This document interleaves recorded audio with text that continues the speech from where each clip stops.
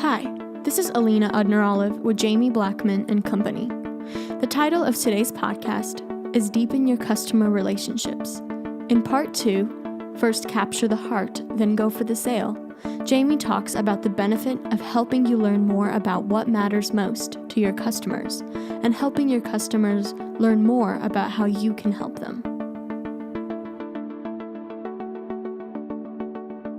I write everything I know about my clients, what matters to them most, so I can be effective. Everything. I know everything there is to know about my clients. Why? Because money touches every part of your life. Now, you might be saying, yeah, but how do you compare that to music? Well, I'll give you an example of something that happened to me recently. I went on vacation, and we were rushing to the airport, and I forgot my guitar. And I was miserable. I told my wife, I'm turning back. She's saying we're going to miss the flight. 2 words after 40 years of marriage. Yes, dear. Still applies. So I get to my destination and I go to a local music retail store who I was fortunate enough to be able to rent a guitar from. There was not much chit-chat with the salesperson. Not much at all. And I got the guitar. It was great. I had the guitar on my cruise. Everything was great. But I was looking back on that experience. Why didn't that salesperson take the time to ask me anything about what music meant to me? How long I was playing? What type of music do I play? How often would I want to rent an instrument? Anything. And then if he was able to connect the dots and ask me a question, we can help you, maybe able to send some information regarding whatever it is he discovered. Is it okay if I keep in touch with you? May I have your email address? I would have given him my email address.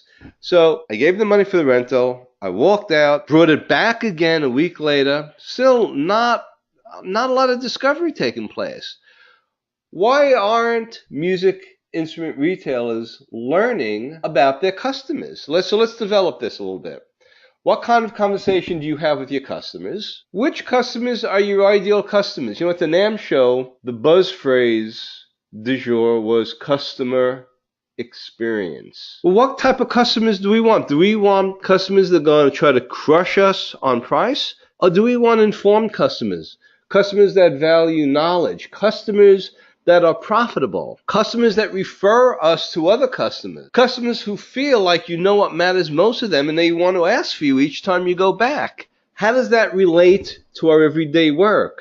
Well, we live in a knowledge culture. We live in a culture where the most value that anyone that works for you knows contributes most to your bottom line. In other words, the more they know about anything, especially their customers, products, the more they contribute to the bottom line. So wealth has 2 sides to it: intangible assets and tangible assets. Tangible assets, in fact, are more valuable than your inventory. Now, just think about this for a second. I'm saying intangible assets are more valuable than your inventory. You might be saying the guy's crazy, but not really. You can have a book value of your business. Let's say you want to shut down your business immediately. And let's say you've not really done any thinking about how to create value in your business. Your inventory has a certain value to it.